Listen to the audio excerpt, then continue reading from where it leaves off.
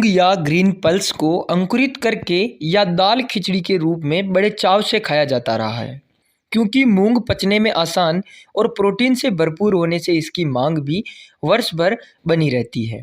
आप देख रहे हैं सौरभ किसान, और आज आप जानेंगे कि मूंग की खेती जायद या मार्च महीने में करके लाखों का मुनाफा कम समय और वर्ष की तीसरी फसल के रूप में कैसे कमाया जा सकता है।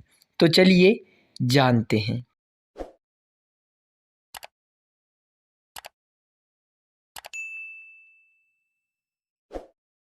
मूंग की खेती वैसे तो पूरे भारत में होती है, पर उत्तर पश्चिम भारत के राज्य पंजाब, हरियाणा, उत्तर प्रदेश, राजस्थान और मध्य प्रदेश में सबसे ज़्यादा होती है।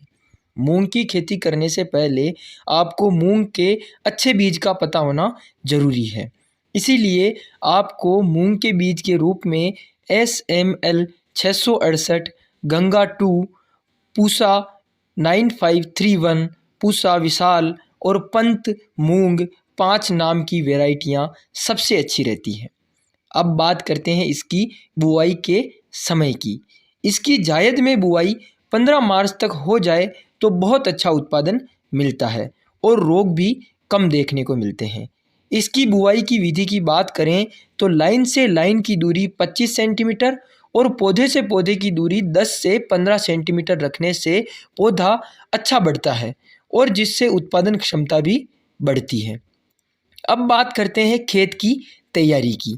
मूंग और अन्य दाल वाली फसलों में नाइट्रोजन की कम आवश्यकता होती है और इसीलिए इसमें केवल फास्फोरस और पोटास को 15-15 किलोग्राम 1 बीघा या आधे एकड़ के हिसाब से डाल देना चाहिए। अब बात करते हैं मूंग में बीज उपचार की। बीज उपचार पर किए गए खर्च लगभग 50 रुपये से फसल की ओवरऑल ग्रोथ बहुत अच्छी रहती है और ज़मीन में लगने वाले कीट और फंगस से पौधा बचा रहता है, जिससे उत्पादन प्रभावित नहीं होता और पौधा एकदम बढ़िया रहता है। बीज उपचार के लिए कार्बेंडाजिम प्लस मैंकोजेब को बीज पर लगाकर बुआई करनी चाहिए। अब बात करते हैं बीज की मात्रा की। मूंग का 2 से 3 किलोग्राम बीज 1 बीघा में और 6 किलोग्राम बीज 1 एकड़ में पर्याप्त रहता है। अब बात आती है खरपतवार नियंत्रण की। खरपतवार नियंत्रण के लिए बुआई के 48 घंटों से पहले 350 ml पेंडीमेथिलीन 1 एकड़ में स्प्रे कर देने से आपको खरपतवार बिल्कुल देखने को नहीं मिलेंगे। अब बात करते हैं इसमें सिंचाई की। गर्मी के मौसम में 4 से 5 सिंचाई की आवश्यकता होती है, इसलिए प्रत्येक 10 से 12 दिन में एक बार सिंचाई कर देनी चाहिए, जिससे उत्पादन बहुत अच्छा मिलेगा। अब बात आती है रोग प्रबंधन की। अगर सफ़ेद मक्खी का प्रकोप दिखे तो एसिटामिप्रिड का छिड़काव कर देना चाहिए, जिससे सफ़ेद मक्खी खत्म हो जाएगी और यही सफ़ेद मक्खी पीला मोज़ेक वायरस फैलाने में भी बहुत ज़्यादा हावी रहती है और इसका इलाज या तो एसिटामिप्रिड का छिड़काव कर देना चाहिए या बाइफेंथुरेन प्लस पायरिप्रोक्सोफेन का छिड़काव कर देने से भी इसकी जो शिकायत है वो बिल्कुल हमारे को देखने में नहीं आएगी।